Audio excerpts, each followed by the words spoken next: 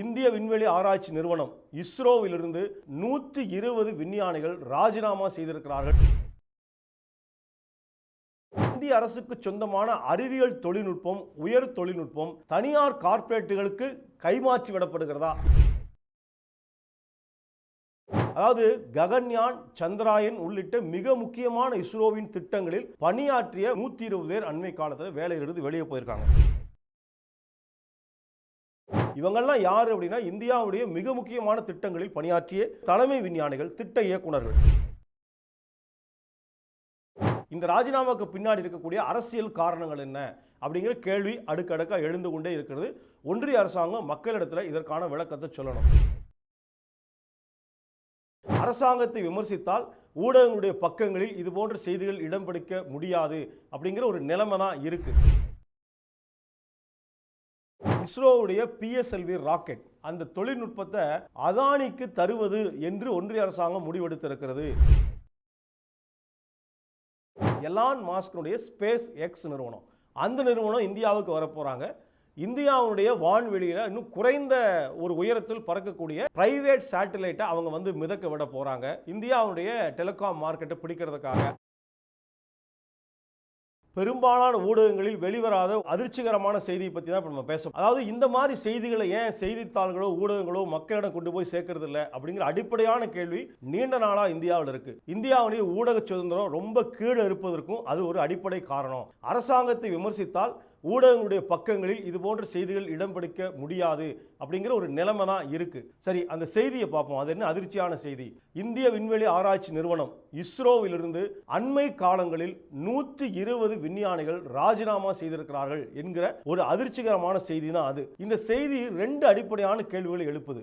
என்ன அப்படின்னா, இந்தியாவுடைய உள்நாட்டு பாதுகாப்பிற்கு இதனால் ஆபத்து உருவாக போகிறதா அப்படிங்கிற ஒரு கேள்வி. இன்னொன்று, இந்திய அரசுக்கு சொந்தமான அறிவியல் தொழில்நுட்பம், உயர் தொழில்நுட்பம் தனியார் கார்ப்பரேட்டுகளுக்கு கைமாற்றி விடப்படுகிறதா என்கிற இரண்டு கேள்விகள் இந்த செய்திக்கு பின்னால் இருக்கிறது. அதாவது ககன்யான், சந்திராயன் உள்ளிட்ட மிக முக்கியமான இஸ்ரோவின் திட்டங்களில் பணியாற்றிய முதுநிலை விஞ்ஞானிகள், ஆராய்ச்சியாளர்கள் தான் தங்களுடைய வேலை வேண்டாம் ராஜினாமா பண்ணிட்டு 120 பேர் அண்மை காலத்தில் வேலையிலிருந்து வெளியே போயிருக்காங்க. இதுல விக்ரம் சாராபாய் மையத்திலிருந்து மட்டும் 20 பேர் போயிருக்காங்க.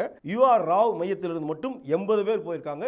இன்னும் 20 பேர் வெவ்வேறு மையங்களில் பணியாற்றக்கூடியவர்கள் போயிருக்காங்க. இவங்கெல்லாம் யாரு அப்படின்னா, இந்தியாவுடைய மிக முக்கியமான திட்டங்களில் பணியாற்றிய தலைமை விஞ்ஞானிகள், திட்ட இயக்குநர்கள். குறிப்பாக LVM-3 அப்படிங்கிற ஸ்கீம்ல ஒர்க் பண்ண விக்டர் ஜோசப், அதனுடைய டைரக்டர். அதே போல சந்திராயன் 3 அதுல ஒர்க் பண்ண ஆதித்யா ரல்லப்பள்ளி, அதனுடைய ஒன் ஆஃப் த டைரக்டர். இப்படி மிக முக்கியமான பொறுப்பு இருக்கக்கூடிய முதுநிலை விஞ்ஞானிகள்லாம் ஏன் அடுத்தடுத்து ராஜினாமா பண்றாங்க?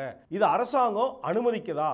இந்த ராஜினாமாவுக்கு பின்னாடி இருக்கக்கூடிய அரசியல் காரணங்கள் என்ன அப்படிங்கிற கேள்வி அடுக்கடுக்கா எழுந்து கொண்டே இருக்கிறது. ஒன்றிய அரசாங்கம் மக்களிடத்தில் இதற்கான விளக்கத்தை சொல்லணும். இந்த ராஜினாமாக்களை அடுத்து ஒன்றிய அரசாங்கம் ஒரு புதிய விதியை உருவாக்கி இருக்கிறது. அதாவது முதுநிலை விஞ்ஞானிகள் இந்த மாதிரி இஸ்ரோ ராஜினாமா பண்ணாங்கன்னா உடனடியாக அவருடைய ராஜினாமா ஏற்றுக்கொள்ள வேண்டியதில்லை, கடுமையான விதிகளை உருவாக்கணும் அப்படின்னு இப்போ சொல்லியிருக்கிறாங்க. இது ஏன் முன்னாடியே சொல்லலை? 6 மாதங்களாக கிட்டத்தட்ட 120 பேர் ராஜினாமா பண்ண பிறகு அவசரமாக ஒன்றிய அரசாங்கம் ஏன் இந்த விதியை உருவாக்கணும்?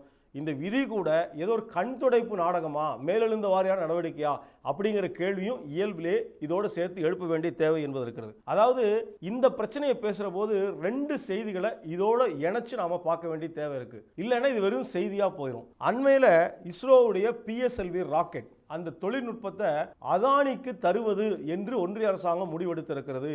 இஸ்ரோவுடைய ராக்கெட் தொழில்நுட்பத்தை கார்ப்பரேட்டுகளுக்கு வழங்குவதில் இந்திய அரசாங்கம் முனைப்போடு இருக்கிறது, அதுக்கு ஒரு விருப்பம் இருக்கு அப்படிங்கிற ஒரு செய்தி வந்திருக்கிறது.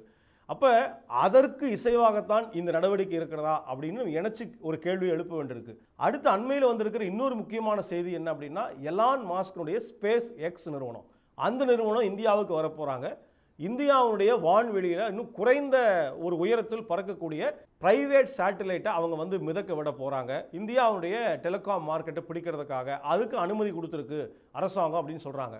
அப்போ இந்த இந்தியாவுடைய தொழில்நுட்பங்களை, இஸ்ரோ, PSLV உள்ளிட்ட தொழில்நுட்பங்களை தனியாருக்கு கொடுக்கக்கூடிய முடிவை எடுக்கக்கூடிய அதே நேரத்தில் இந்த 120 விஞ்ஞானிகளுடைய ராஜினாமா நடக்குதா, இந்த இரண்டுக்கும் ஏதேனும் தொடர்பு இருக்கிறதா என்று இணைத்து பார்க்க வேண்டிய தேவை என்பது இருக்கிறது. இதுதான் இந்த செய்திக்கு பின்னால் இருக்கக்கூடிய நுண்ணரசியல், மைக்ரோ பாலிடிக்ஸ்ங்கிறது இதுதான். இதுவரைக்கும் ஒன்றிய அரசாங்கம் வாய் திறக்கல, பதில் சொல்லலை. இந்திய மக்களுக்கும் பெரும்பாலான ஊடகங்கள் இந்த செய்தியை கொண்டு போய் சேர்க்கல. இதை நாம் விவாதிக்க வேண்டி இருக்கு. அதாவது ஒரு தனி மனிதருக்கு, இந்தியாவுடைய பிரதமருக்கு 56 இன்ச் மார்பு இருக்கு, ஆகவே இந்தியா பாதுகாப்பா இருக்கு அப்படின்னு இவங்க செட் பண்ணக்கூடிய ஒரு நெரேஷனுக்கும், இங்கே இந்தியாவுடைய விஞ்ஞானிகள் ராஜினாமா பண்ணுவதற்கும், இந்தியாவுடைய தொழில்நுட்பங்கள் இஸ்ரோ உள்ளிட்ட பிஎஸ்எல் உள்ளிட்ட தொழில்நுட்பங்கள் தனியார் கார்ப்பரேட்டுக்கு தாரை வார்க்கப்படுவதற்கும் எல்லாத்துக்கும் ஒரு முடிச்சிருக்கு, ஒரு தொடர்பு இருக்கு என்கிற ஒரு அம்சத்தில் இந்த விஷயத்தை நாம் விவாதிக்க வேண்டிய விஷயம் என்பதற்கு மக்களிடம் ஒன்றிய அரசாங்கம் எந்த ரகசியத்தையும் மறைக்கக்கூடாது. ஏனென்றால் இது உள்நாட்டு பாதுகாப்பு தொடர்பான விஷயங்கள். மக்கள் இதை கூர்ந்து கவனிக்கணும். தேவைப்பட்டால் இதுக்கு எதிரான வலுவான போராட்டங்களை முன்னெடுக்க வேண்டிய அவசியம் நமக்கு முன்னால் இருக்கிறது.